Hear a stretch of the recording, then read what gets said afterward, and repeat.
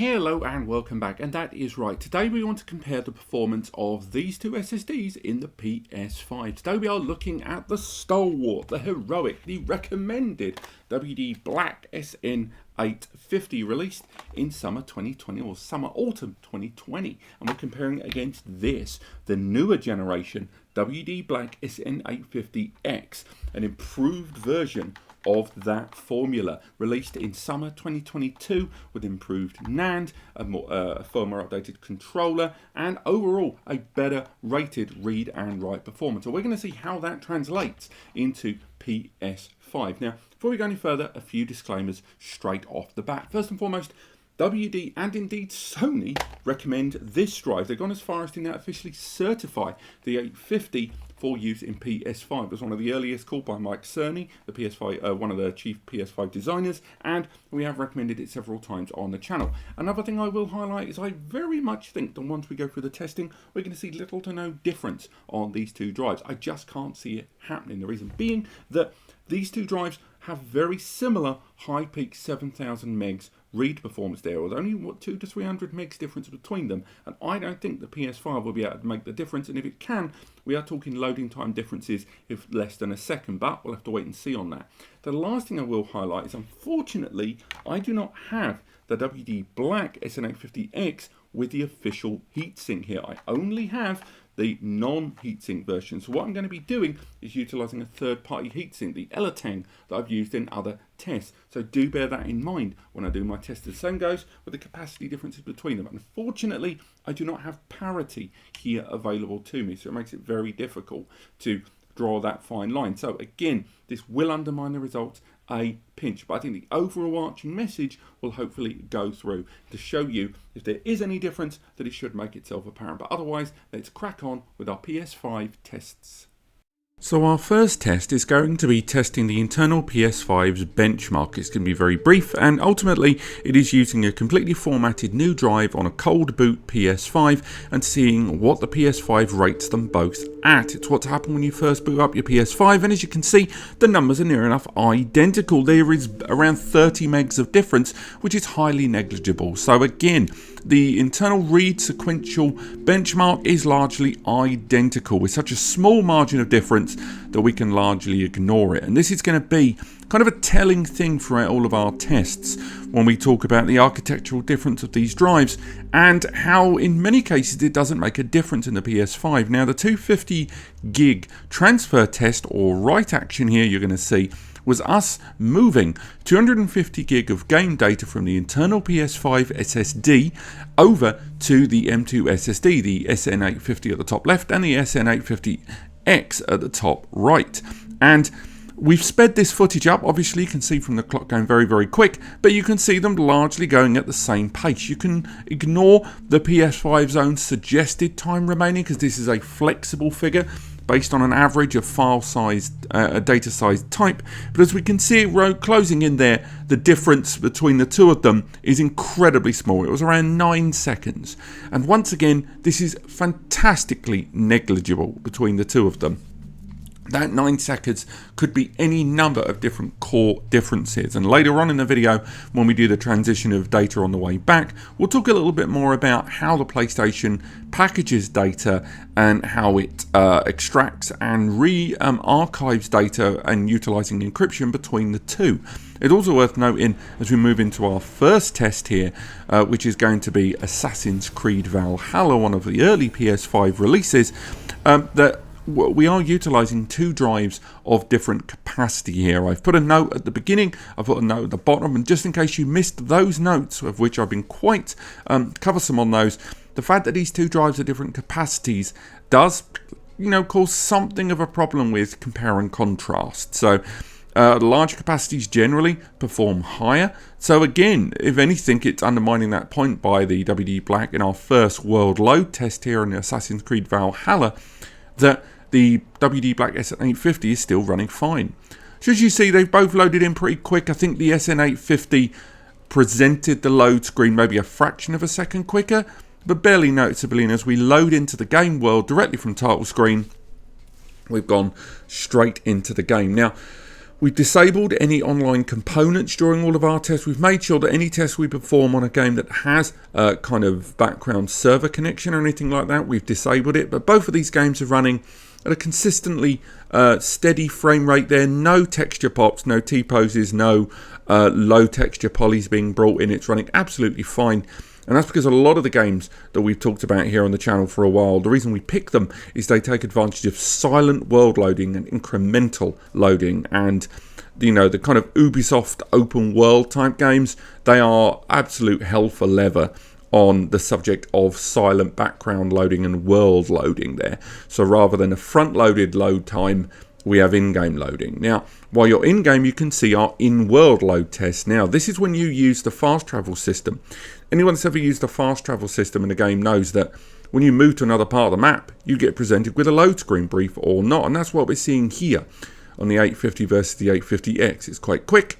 And between the two of them, we're seeing a slight delay there on the left of the things being loaded in. But I think the SN850 was a fraction of a second quicker, despite the SN850X being a higher architecture drive. And this is another one of those times when there is this talk about the SN850, despite not being as higher architecture as the 850X, and it's, you know, near 2-year difference in release, the 850 is just a better primed drive for this kind of stuff. The 850X is an overkill drive, and a lot of the time the PlayStation may not be able to take advantage of the NAND distribution. It may not be able to take advantage of certain architectural things, and ultimately the controller just might be that tiniest tweak of an improvement together.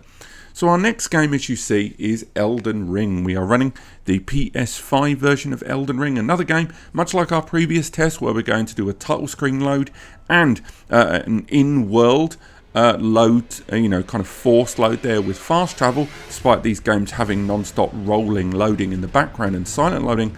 And from here, we're going to load in from the title screen into an identical save for both of these SSDs.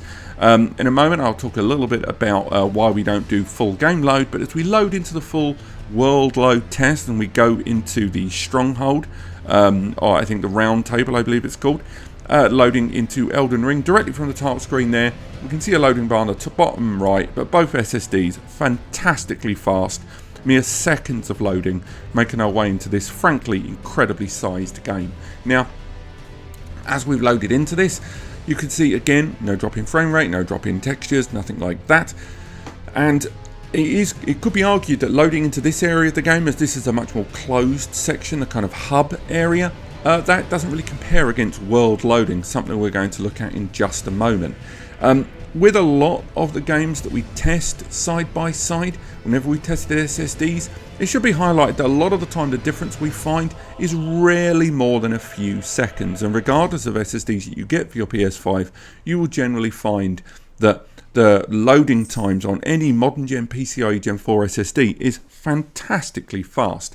And these two SSDs, despite their near 2 years of release difference, are still consistently very high in how they perform. So our in-world load test is loading a fast travel point in the northern point of the map, the windmill area for those that know the game, and that's going to be loading from the stronghold that we were just in now.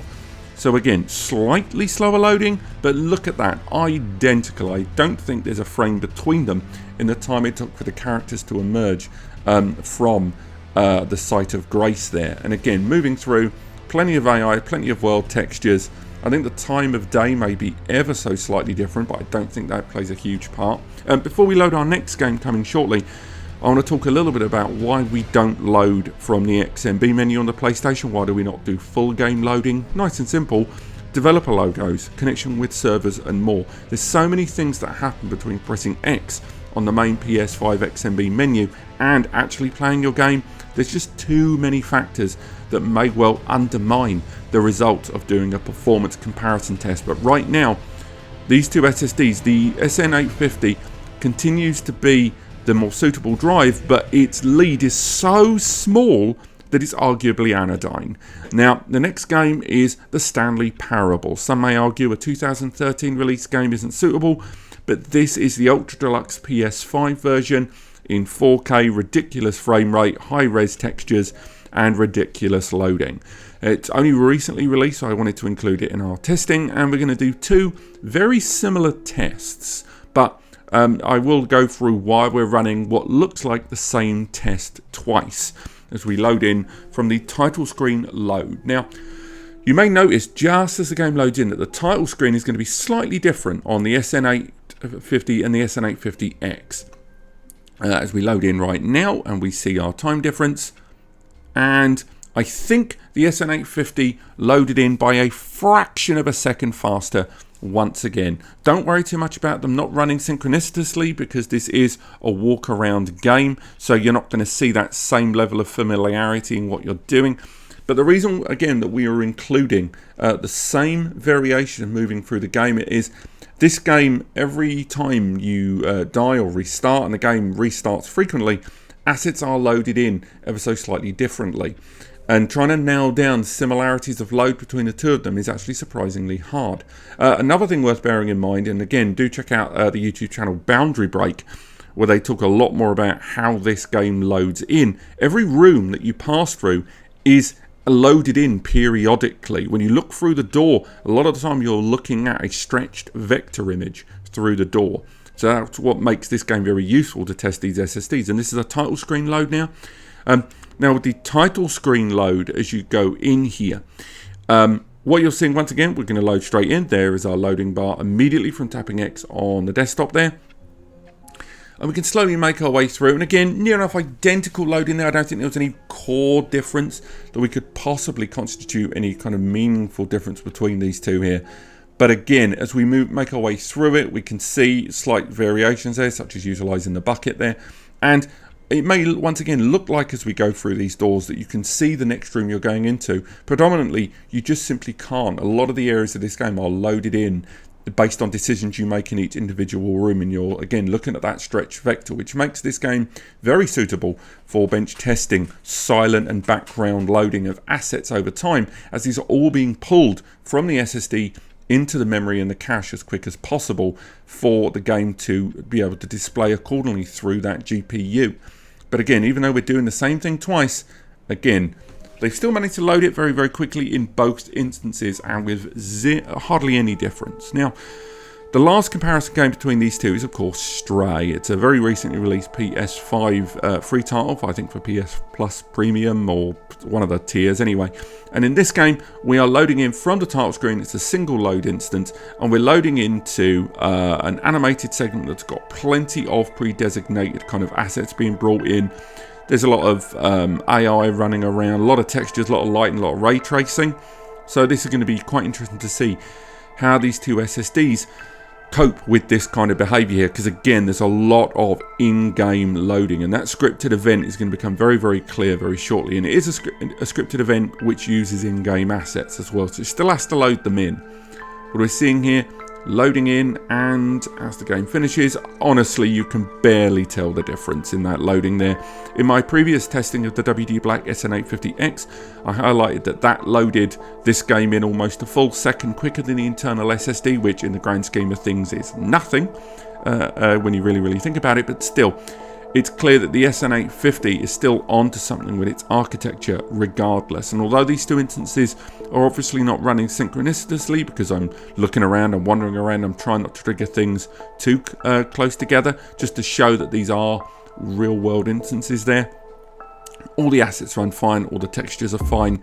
There's no blocky, there's clearly no texture pop or any kind of low res textures not being swapped out accordingly. But right there, I'd say these two games running pretty much identical and still running wonderfully smooth together. So finally we end on moving that 250 gig of game data of the games we tested today and more back over to the internal PS5 SSD. Now this is going to take longer, and again I have sped this up quite a lot, but this is where we move that game data over. And as mentioned earlier, when the game data is moved between these two storage areas in the PlayStation, there's a lot of unpacking, decryption, and re-encryption of data moving back and forth. So the traditional read-write performance associated and afforded to these two SSDs doesn't really make a blind bit of difference, because the internal system moving it between them will form a bottleneck. You're not going to be doing a lot of read-write back and forth very often, but This kind of instance here is one of the few areas where I would assume the 850X would have taken advantage of its advantages if there was not that bottleneck. But spoiler alert, before we reach the very end of this transfer, it really doesn't make that much of a difference. And the difference between these two SSDs overall, as you're going to see when this concludes, is so small indeed that once again, the justification for the extra price of the WD Black SN850X is just not justified. And if one big thing has come from all of this testing we've done in today's video of the SN850 versus the 850X, it is that the 850 is fantastic for PS5 still, and the 850X, despite its small increase in sequential read and large increase in sequential write, the PS5 simply is not going to take advantage of those additional assets. So its additional cost, with or without a heatsink, is simply not justified for PS5 users. If you're comparing these two SSDs, go for the PS5 recommended SN850 if you're picking between these two. There's a reason they've managed to get that licensing deal with Sony on the SN850, and although the licensed white box model of that drive is almost certainly going to cost you a little bit more because of all the licensed branding and stuff, any of the WD Black SN850 drives released since 2020 are going to be more than suitable. And as you can see, we've got between them, and the difference is literally 2 seconds. Like, it doesn't matter now whether the extra performance is under the bonnet on the 850X. The SN850, even in its 2-year-old architecture, with the odd firmware update here and there, clearly is up to snuff. So once again, if you're picking between them, go for that drive. But otherwise, thank you so much for watching. We'll compare against some other SSD soon. Visit the links in the description if you want to learn more. And other than that, thanks for watching. Click like and subscribe, of course, it helps me out. And I will see you next time.